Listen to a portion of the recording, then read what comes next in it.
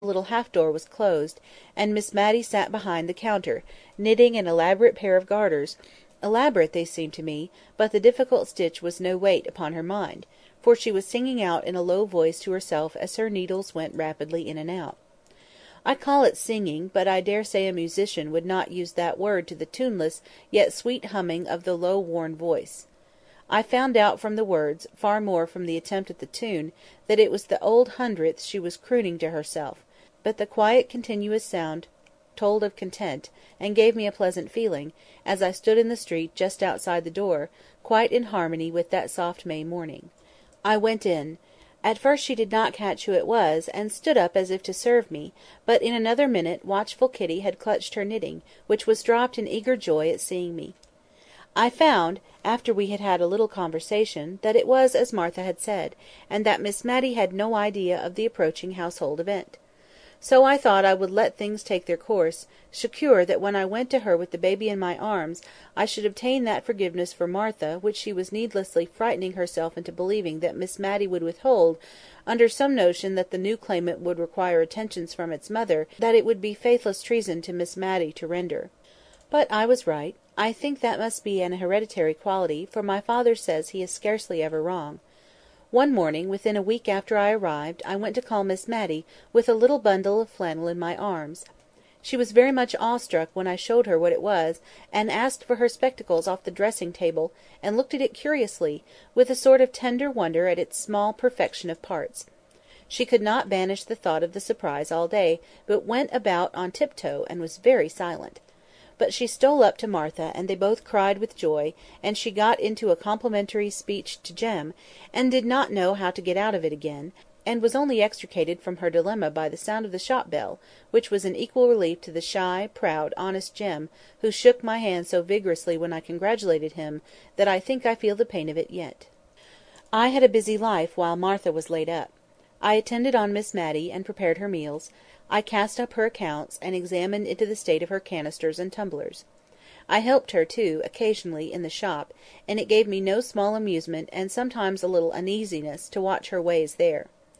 If a little child came in to ask for an ounce of almond comfits, and 4 of the large kind which Miss Matty sold weighed that much, she always added one more by way of make-weight, she called it, although the scale was handsomely tuned as before, and when I remonstrated against this, her reply was, "The little things like it so much." There was no use in telling her that the 5th comfit weighed 1/4 of an ounce, and made every sale a loss to her pocket. So I remembered the green tea, and winged my shaft with a feather out of her own plumage. I told her how unwholesome almond comfits were, and how ill excess in them might make little children. This argument produced some effect, for henceforward, instead of the 5th comfit, she always told them to hold out their tiny palms, in which she shook either peppermint or ginger lozenges, as a preventive to the dangers that might arise from the previous sale. Altogether the lozenges trade, conducted on these principles, did not promise to be remunerative, but I was happy to find that she had made more than £20 during the last year by the sale of her tea, and, moreover, that now she was accustomed to it, she did not dislike the employment, which brought her into kindly intercourse with many of the people round about.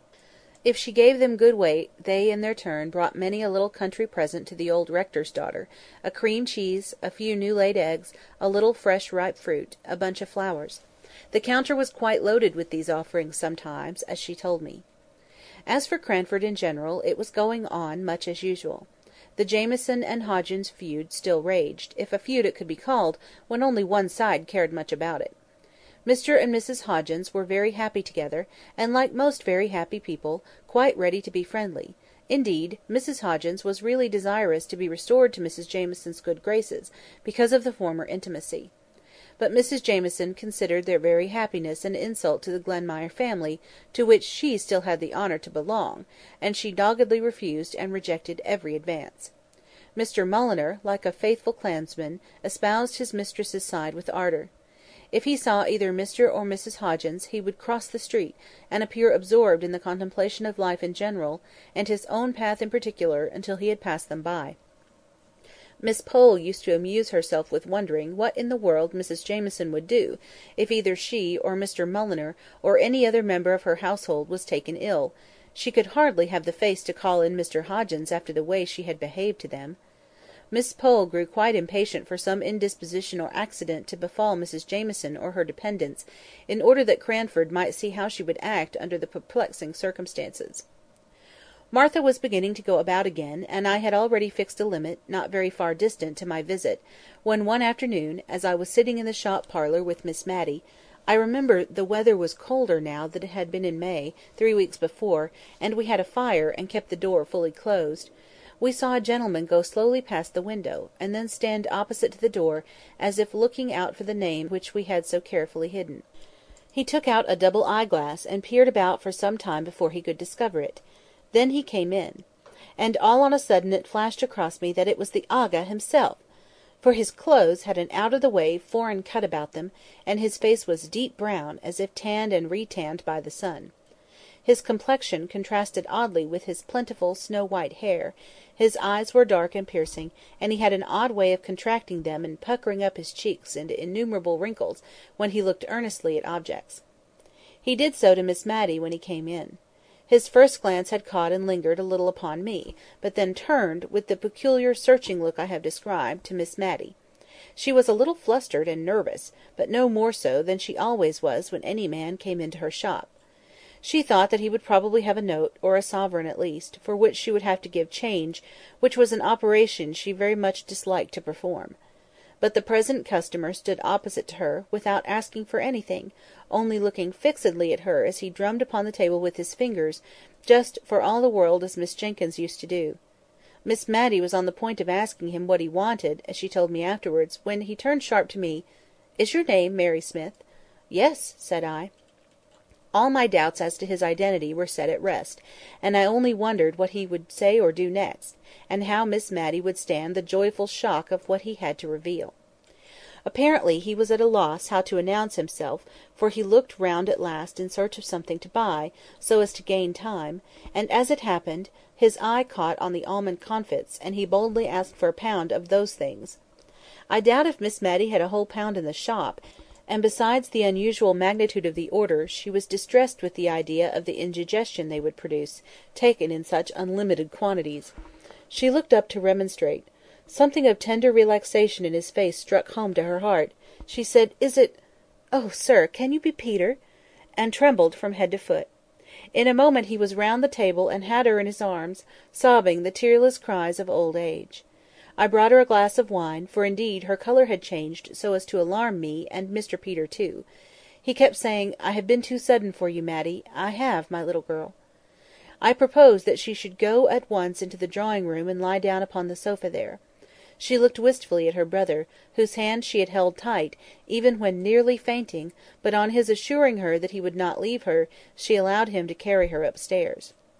I thought that the best thing I could do was to run and put the kettle on the fire for early tea, and then to attend to the shop, leaving the brother and sister to exchange some of the many thousand things they must have to say.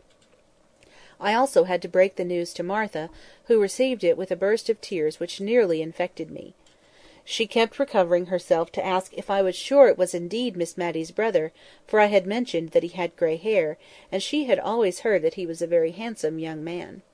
Something of the same kind perplexed Miss Matty at tea-time, when she was installed in the great easy-chair opposite to Mr Jenkyns in order to gaze her fill.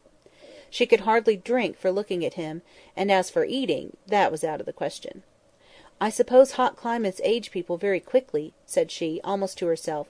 "When you left Cranford you had not a grey hair in your head." "But how many years ago is that?" said Mr Peter, smiling. "Ah, true. Yes, I suppose you and I are getting old. But still I did not think we were so very old. But white hair is very becoming to you, Peter," she continued, a little afraid lest she had hurt him by revealing how his appearance had impressed her. "I suppose I forgot dates too, Matty, for what do you think I have brought for you from India? I have an Indian muslin gown and a pearl necklace for you somewhere in my chest at Portsmouth." He smiled, as if amused at the idea of the incongruity of his presence with the appearance of his sister, but this did not strike her all at once, while the elegance of the articles did.